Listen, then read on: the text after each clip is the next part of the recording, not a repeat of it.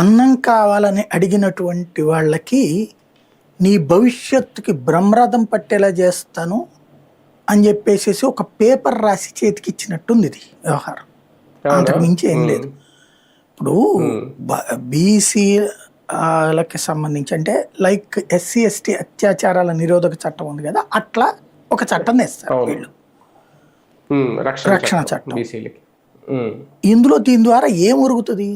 బీసీని కులం పేరుతో తిడితే కేసు, అంటే వీళ్ళు ఇంకొక వర్గానికి శత్రువులు అవడం తప్ప ఏమన్నా ఒరిగేది ఉందా? కులం పేరుతో అవతల వాళ్ళని మీద కేసులు పెట్టడానికి ఇది ఒకటి. దీనివల్ల బీసీకి ఒరిగేది ఏంటి? ఇప్పుడు బీసీలకి విద్యలో వాళ్ళు ఫాస్ట్గా ఉన్నారు ఇప్పుడు, కానీ ఇప్పుడు ఫీజు రియంబర్స్మెంట్ ఆగిపోతే నష్టపోయేది ఎవరు? బీసీ.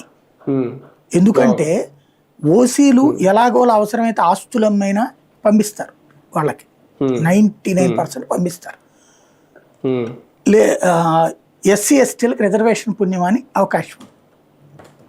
ఈసీలకి ఫీజు రియంబర్స్మెంట్ లేకపోతే ఎట్లా చదువుతారు వాళ్ళు బేసిక్గా? ఇప్పుడు ఫీజు రియంబర్స్మెంట్ ఆగిపోవడం వల్ల హైయెస్ట్ సఫర్ అయ్యేది బీసీలు దాంట్లో. ఇప్పుడు వాళ్ళకి అది అరేంజ్ చేయాలా?